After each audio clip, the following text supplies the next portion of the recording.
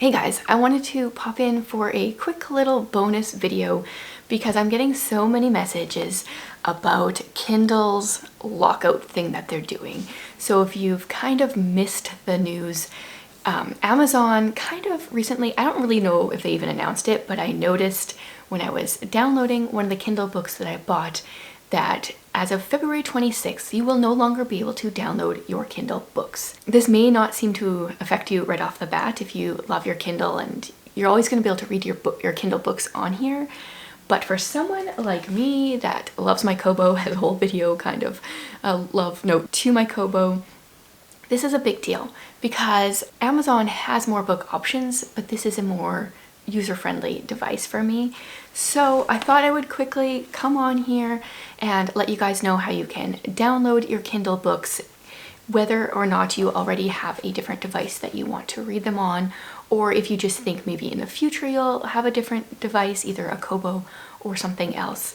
I wanted to pop on and share how to do that ethically. I think this is totally fine. If you bought a physical book from someone, they're not going to say you can only read that book in your bedroom. If you read it somewhere else, you need to buy a whole nother book. That doesn't make any sense. I think when you buy the ebook, you should be able to read it on any device. And Amazon does not agree, and they are really locking things down. So I've got a little tutorial on how to download your Amazon books, whether you're going to transfer them over right away or not. It's a pretty simple process once you have everything downloaded. It involves using Calibre, which I talked about in my Kobo video, and yeah, I'll show you how to transfer your books over. Okay, to download your books, you're going to want to go to Amazon. Make sure you are signed in and go to your accounts and lists section and scroll down to content library. This is where you will find everything you need. So you go to the books section and you can see that I have books that I have purchased as well as books that I currently have out from Kindle Unlimited. And you cannot download the Kindle Unlimited books because you don't own them, which is fair. Don't need to download those, but you can download the ones that you've purchased. So one of my recent purchases here was Modern Miss Mason. This is a homeschool book that I actually just finished last night and really enjoyed.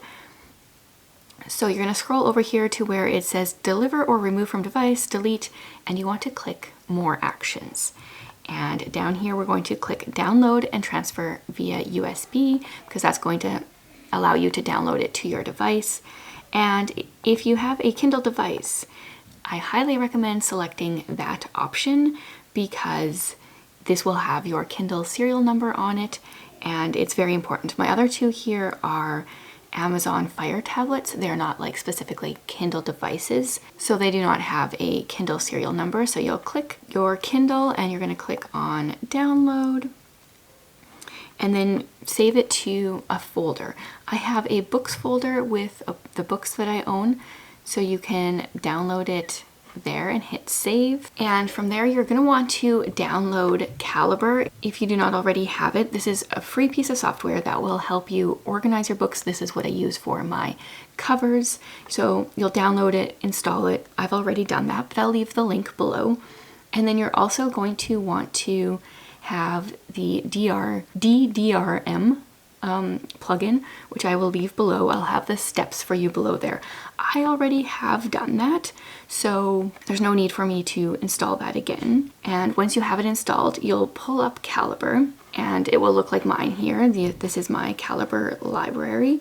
You're going to go to add books and find the one you just downloaded. Because I already have the Modern Miss Mason one in my library, I'm going to choose another one that I just purchased for free here. This is The Door to Camelot. So you go to add books, you select your book, and you open it. And then you've got your file here. It's currently in the Amazon format, so you can click convert books, and you want the format to be generally EPUB. If you have a Kobo, you can do the Kepub. You may need a plugin for this. If you do, I will also leave that linked below. I like, because I have a Kobo and that's what I put my stuff on, I like putting it in the Kobo EPUB option because then it tracks my reading stats better, like how much time it thinks it's going to take me to finish it and all the cool stats that Kobo has. So then you'll just click OK. You can totally use the EPUB format as well. So hit OK, and then it's got a job going and it is done. Then once you hook up your device, you can move it over. So I will hook mine up here. As it starts to connect, I need to allow it to connect via my Kobo and press connect on there. And then it just takes a minute and it will show up over here. There we go. Now it is connected and you can see this one is not on my device. The ones checked off are. All I need to do is drag this up over to the device section. Sometimes what I'll do, because this does not have any information about the book, I will click edit metadata here and I'll go over to the Amazon listing and I will pull in this information because I may not remember what it is, especially if it's a free book. And this is book 1 of 3 in the Pendragon's Air series. So I'm going to add the series here.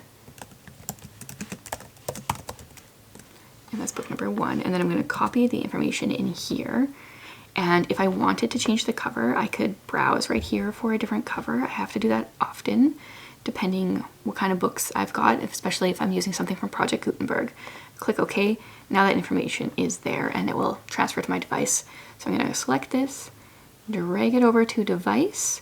It's working and there we go. Now it will be connected. I'm just going to eject my device. That's when it like officially moves over and then it is on the device. So as simple as that. Now I have this free ebook that I just got today and I've been able to transfer it over to my Kobo and I have moved all my other Kindle books over as well, all my previous purchases from many years. Lots of freebies, but also lots of purchases. And because I've spent money on these books, I want to be able to read them on the device that I like.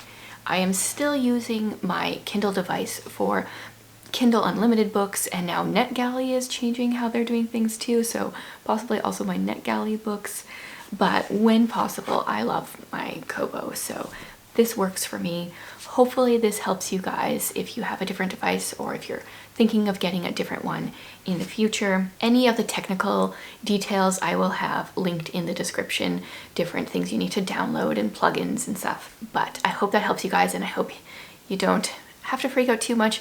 This still bothers me for any future Kindle purchases because that means that they will have to be read on here, but maybe someone that's smarter than me tech-wise will be able to figure out a workaround. Let me know if you guys have been downloading your Kindle books as well, and I hope this helps you.